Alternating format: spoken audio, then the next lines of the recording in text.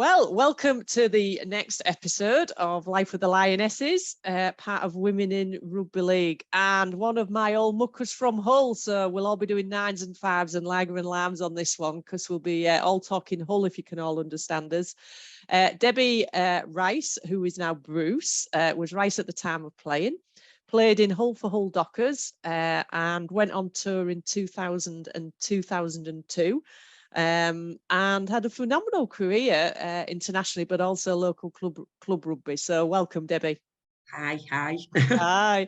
So let's start from the beginning. How did you get involved in rugby league? Well, I was I've always done sport from being young, and then obviously I had the kids, so sort of getting back into doing something. I used to play rounders, and while I was pregnant as well, I umpired. And then I was playing, and it was Lisa Hunter. She was in a team, and she was like, we're setting up a new rugby team. Because I used to see him when she played for Vixens, and I'd be at Costello Stadium doing my athletics, and she'd be waiting for a lift going, why don't you come and play rugby? And I was like, well, the two don't really mix. I don't think I'd be able to run around the track after I'd been trampled. And she was like laughing. So then she said, we're starting this new team, and we're going to play from Hull Dockers, and I'm an East Hull girl, so she said, do you fancy it? We're going to do a bit of training. So I was like, oh, not really, no. So she went, oh, come on. So goes down training, and it was like my dream. It was, circuits and running about and push-ups and sit-ups. Oh, I thought, I love this. Never played rugby in my life, didn't have a clue, but I was like, I like the training. This is a bit of all right. So we trained like that for a little while. And then it was like, oh, we'll have a little match now. So it started off where they just tapped it on the foot and they'd pass it off, and they'd just pass it to me, and I'd just run. They used to go, just run. I used to go, all right, just run. And it was Anne Thompson who was coaching, and she'd say, right, we're going to do a few moves. And she'd talk to me, and I'd be thinking, yeah, know what she means there. She was going, you're just great. You just know what I mean, don't you? Didn't have a clue how it fitted in, didn't really. I was just like, know what you want me to do. I'm all right. So then it came to like the first match, and they were like, you're going to play. And I was like, I thought, God, I don't know. And I'd watched a few, and I was thinking, oh, don't know if that's for me. And I said, I'll play one match, and if I like it, I'll stay. And if I don't, well, I've tried it. So the first day came, somebody kicked the ball off, and it came to me. And I thought, do I have to touch it on my foot and run? Because that's all I'd ever done. And I was like, they were like, no, just run. I was like, so I set off running, and then got absolutely wiped out by an head-eye tackle. Not that I noticed, because I was just so, I don't know, pumped up. I think I just jumped up, and I thought, right, play the ball. And the ref coming in over, he's going, are you all right? And I'm thinking, oh, God, don't be embarrassing. Customer, let's just get on with it. And then after the match, she said to me, I thought, oh, my God, that's it. She's done. She's going to walk off the pitch. She's never going to play again. But I didn't even realise I just got up and played, because you just think, oh, God, play the ball, let's go. And I absolutely loved it. Absolutely loved it. And then that was me. So that was 1997. Oh, wow. I remember you coming in. Yeah, I remember you coming in. And a bit old to be starting like at 27, I think, but sort of started. That makes it even more phenomenal, doesn't it? With my two boys at the sideline shouting, go on, mummy. Yeah. So how old were the boys then? They were, when I started in 97, one was 5, one was 3. Oh, wow. Little tots they were running around, and they loved it. That's all they used to say. Oh, we're going to see the rugby girls. We're going to see the rugby girls. I'd be going, yes, we're going to see the rugby girls today. So. And did they play rugby? Yeah, they did when they was younger. My youngest, he played till he was about 13, and my eldest, he played till he was a bit older. He even went into like the men's league, but he broke his shoulder twice, and then when you're working in it, you can't take time out like that. So yeah, he sort of give up. But yeah, they both loved it. Both loved rugby. Well, it makes it even more phenomenal that you actually got to play for your country, doesn't it? That you were a later starter. It did for saying as I really didn't know any rules. I just used to go on the pitch and play. So yeah, to get selected was like, a bit amazing, really. Yeah, because if you think as well, because I mean Hull's just such a rugby league city, and were your family not into rugby or anything then, really? Yeah, well, so my dad, when I was younger, my dad worked away, and he used to work away for about 3 weeks, then come home just for a weekend. And my mum and him would go out for a drink on a Sunday, and then we'd get the phone call. Right, get yourselves ready. We're going to go see Rovers. So it was like, and it was when it was the old Rovers ground on Holderness Road. So it was the old one. And at the time, we was all, well, my family was all the Robins, so there was all OKR. So of course, me being the youngest, I had to be a bit awkward. So I was all FC. So they used to take me to watch Rovers. So the whole family used to go, and they'd all be in the Rovers things, and I'd be in the FC shirt at about, I must have been about 8, maybe. And walking around, and that's how I'd stand, because I was with my dad, so nobody'd say how I could wear it. And so we used to go to Rovers quite a lot, but I was always full FC, and the family was always Rovers. So we used to watch it that way. And then as I got older and I got the kids, we used to sit and watch it on a Sunday afternoon, you know, when it was on the telly. And I just, I like to watch it, but I can't ever say I ever thought I'd play it, to be fair. Yeah. So can you remember when you first started training for Great Britain? What was the pathway into it then? Because you were at the first World Cup. We've just identified 2000 as the first Rugby League World Cup. It's been officially recognised. So Wow. that's pretty good, isn't it? Yeah. It was, well, I played for Hull, and then Anne was saying, like, it came up to play for Yorkshire, and we had to go for trials, and she's going, "Are you going to go?" And I was like, "No, I don't think so." And there was a few of us, and we also said, right, if we're all going to go, we'll all go together then. And it was just when it had come out, I think, as Teresa had mentioned, it was just when they'd said that Great Britain players couldn't play for the county. So we also went and thought, oh, well, okay, then we'll do that. So we trundled off. I think it was at Featherstone where we was training. I can't remember the first one, and we turned up. And from there, I got selected to play. So I was like over the moon, and a few of us did. I think there was about 3 or 4 of us from Hull. So that was really nice, because we could all travel down together and do the training sessions together, which was on an evening. And so I played for them in my first match. I think I scored, and I was like absolutely over the moon with that. I was just like, and yeah, it was just being at the right place at the right time, I think. And I got Sue Cochran, popped the ball out to me, and that was it. Over the line I fell. So that was really good. And then we did that, and Anne was saying to me, "Oh, have you had anything in the post about rugby?" And I was like, "No, I didn't really know what she was thinking or anything." I'm going, no. And then the next thing, in comes a letter inviting me to train. Well, I was like, oh my God, it was just like, I can't believe it, really. And all the people that I knew played was all like, you know, these fabulous players. And I'm thinking, oh my God, I've got to go up there and train with them. And I'm not sure I'm ready for it. But of course, it was something you wouldn't ever turn down. You know, it was like, yeah, it was really, really good. And then that was it, the first training session. I think I trained on the Friday with the club, and I was going, take it easy because you've got to train tomorrow. And then we went and we just trained. It was just all day. It was like relentless, just training. And I didn't really know anybody, because I'd seen people about, and it was, oh, they're so-and-so and they're so-and-so. But we was in Division 2 as Dockers, and most of the Great Britain team was Division 1. So we'd never seen them, never played. I knew Brenda from doing the Yorkshire team. So Brenda and Lucy was sort of like grabbed me, and that's what I teamed up with for that first day of training. And they were like, hey, you'll be fine. Pretty phenomenal. Just do that. And I'm just running, following them, thinking, yes, I've got to do it, you know. So yeah, that was my first day there. And I come back, and I was like, was it all right? And I was like, oh, I feel a bit out of my depth. So it was like, no, you'll be fine. So yeah, that's how it went from there. Yeah, and you were fine. It was just unfamiliar, wasn't it? So it was just, and you know, I think it did me the world of good, just doing so much more training and so much more rugby.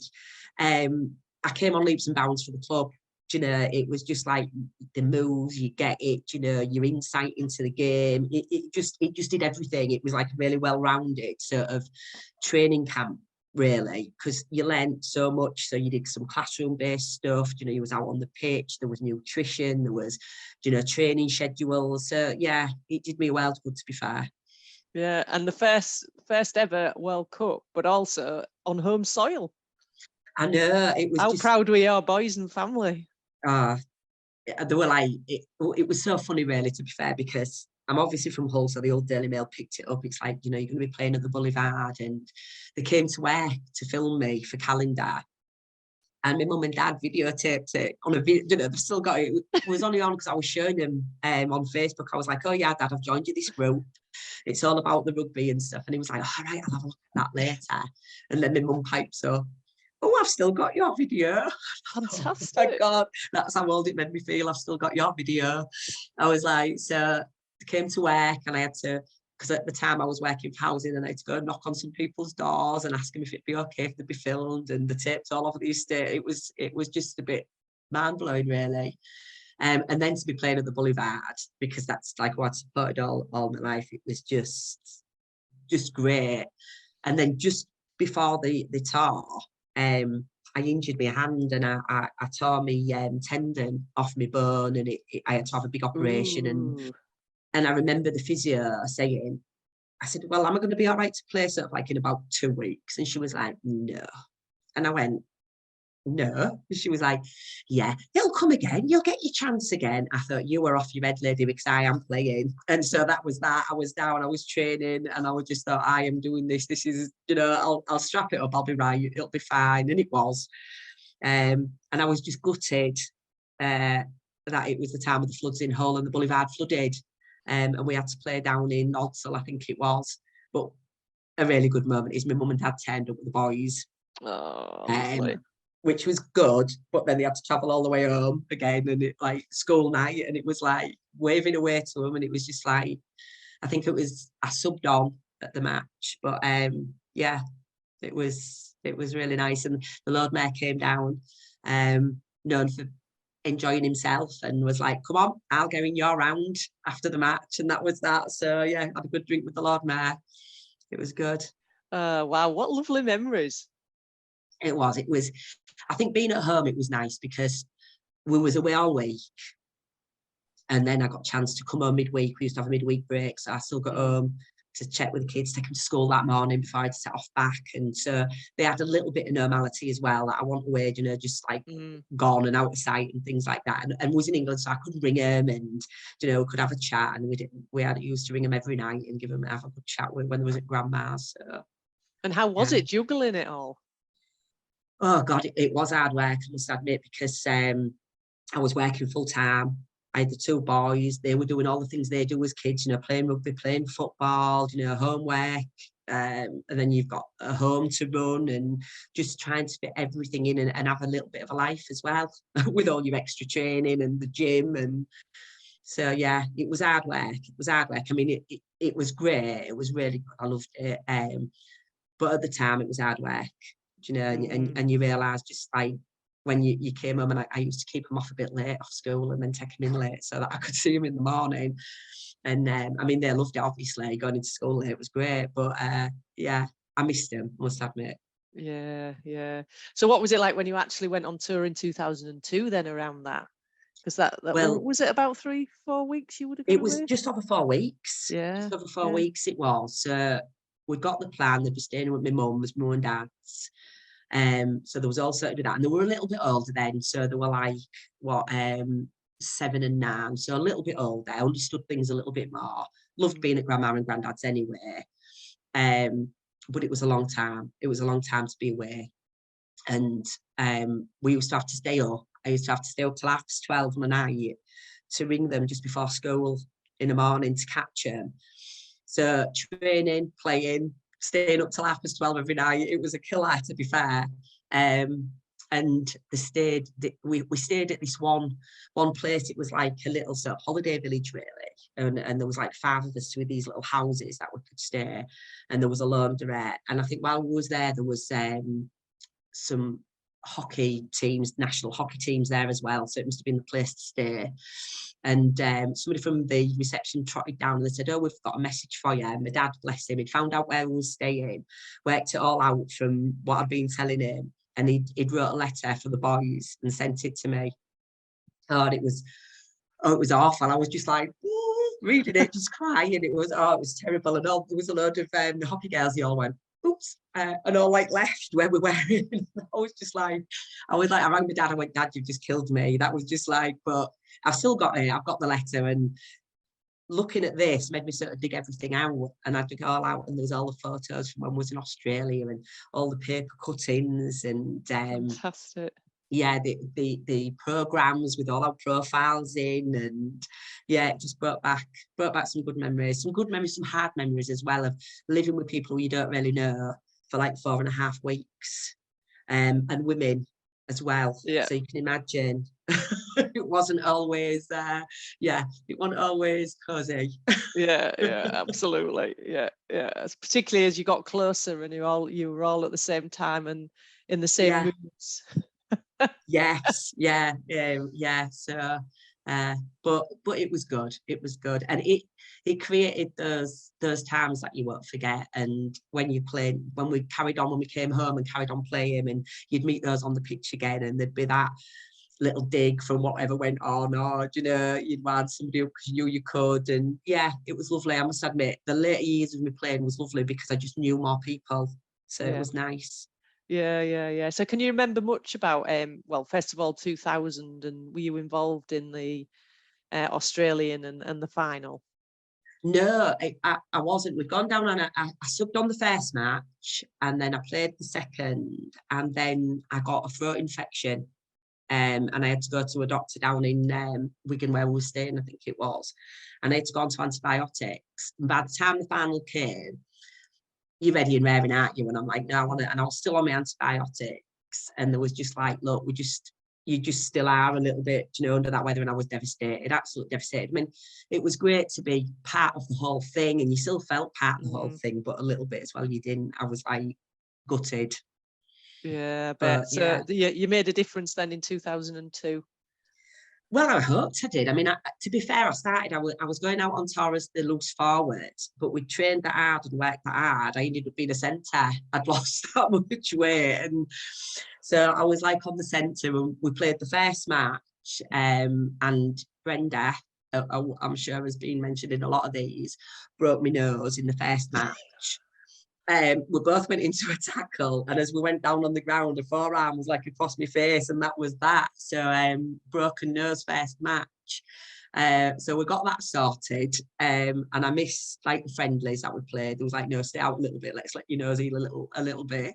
But I took part in all the matches there, and then a couple of the friendlies as well a bit later on in the tour after I'd had a little bit of a break. And yeah, I mean, they were fast, they was hard, but I think we'd really trained for that one, and I think we stood our grounds really well, and I think it surprised them a little bit, to be fair. And it was really close, and we lost, which was devastating, but we'd had some hard games, and we'd had some hard games with people in general, and the referees and things like that had been tough. It had been tough, and so I think we could be proud of how we performed there, to be fair. Yeah. And when you look back, what do you think? Do you know, it's something I don't do really often, to be fair. And then when people sort of get chatting about rugby and they chat about this, and you're having a bit of a talk, you can see them looking, thinking, and stuff. And then it's all comes flooding back, thinking, gosh, all that training, all that hard work, playing in Australia. I mean, that was the thing for me, going away and playing in Australia. I mean, my home tour was fab. And like I said, I was gutted we didn't get to play at the Boulevard. But to tour away, it was just, and the hard work that had gone into it, because there was, I can't remember, there was 5 or 6 of us from Hull, all having to try and raise, I think it was £2,000 at the time, which doesn't seem too much now, but back in 2002, all trying to fundraise from that same pot of people who support rugby. Yeah. It was really, really hard going, and to try and get sponsors. And I mean, we got a lot of sponsors in different ways, free gym membership and things like that, so we could train properly. But getting the money together was really, really hard. Yeah, well, what this project's done is that just for the GB, there was 11 internationals from Hull for Great Britain over the period from 1996 to 2003, which is pretty phenomenal. And I'm just working out the England, but there looks like sort of 6 or 7 possibly. So Hull's really, been a hotbed for Because we're hard as nails at this end, isn't it? Yeah, absolutely. And how do you think your rugby sort of kept you where you are sort of in your career now? And I mean, it's I'm really competitive, and I always have been, because like I said, I've done sport all the time, and it just gives you that sort of edge, I think, of team building and reading people. For me, I mean, I'm a manager now, And reading people's really important when you're at work and you're trying to build that team and get them to do what they need to do. And I think that was one of the real important things for me, is getting to know people and seeing traits and seeing, you know, potential in people as well. So I think that's, yeah, that was one of the things, just being part of a team, really being part of a team. I think it just sets you up for life. Yeah, absolutely. And a lot of people have said that. It's been lovely about the friendships as well that Yeah, been I mean, created through it. we don't see people from 1 year to the next being in Hull, because you're a bit out of the way, aren't you? Just the end of the M62. But when we do, it's like you've seen them all the time. I mean, it was a couple of weeks ago, we bumped into Brenda where we was out, you know, and it was catching up. I was the boys, and she said, how old are they now? And they nearly fell off a chair, you know, and I was like, yeah, 29 and 27, where did that go? So, and she's like, no way, they were running about on the beach the last time I saw them. And yeah, so just bumping into them. And I mean, I don't see all the girls in Hull even, you know, all the time, but we catch up. I was chatting with Amy about this, Amy Robinson, the other night, just on Messenger and that. She was like, are you doing your interview? I said, oh yeah, Sunday. And we was having a bit of a catch up. And oh, it's absolutely lovely. And when you look at sort of women's sport now and what's happening in rugby league, what's your thoughts towards how far it's come? It's do you know, I remember when we started up the girls team in Hull, and we used to coach them and take them all over the place. And with Bev Walker down in Cass, she used to say, I've got a team, come and play us, and you know, just getting them to play. And how hard work it was then, and how hard work it was for us. And we tried to set up all that time ago, or Teresa did, was a Hull FC girls. And we did play a couple of matches under the Hull FC colours and things like that. And that was back 10 years ago.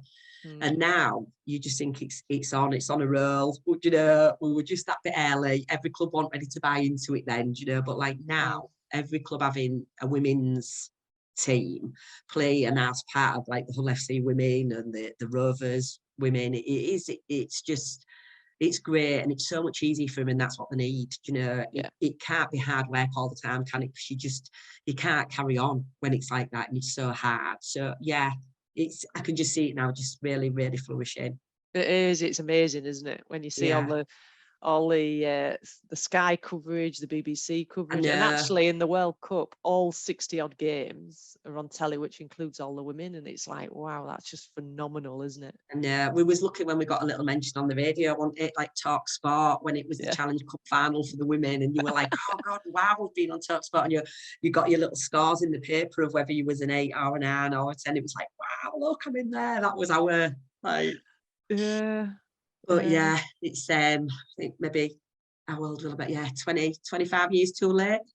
Yeah, I know. When you think now, what would you say to someone that's got everything ahead of them? Oh, just grab it and go with it. You know, if you can, and I know a lot of the women, they've still got to work, haven't they? They're still working, they're still whatever, but just grab it with both hands and train as hard as you can, and make sure you make it in there, because where you can go and what the doors it opens up for you, it's just great now. Yeah, it is. It's fantastic. Debbie, it's been an absolute pleasure. Thank you. And you know, when you look at when you started and your career, it's just phenomenal. So I'm so pleased you do take pride in it, and you've kept your stash. I do love people that hoard and keep things, because it jigsaws the piece of the history together for me. So we can actually begin to tell people's stories. So thank you ever so much for being involved. Oh, you're welcome. It's been great. Thank you.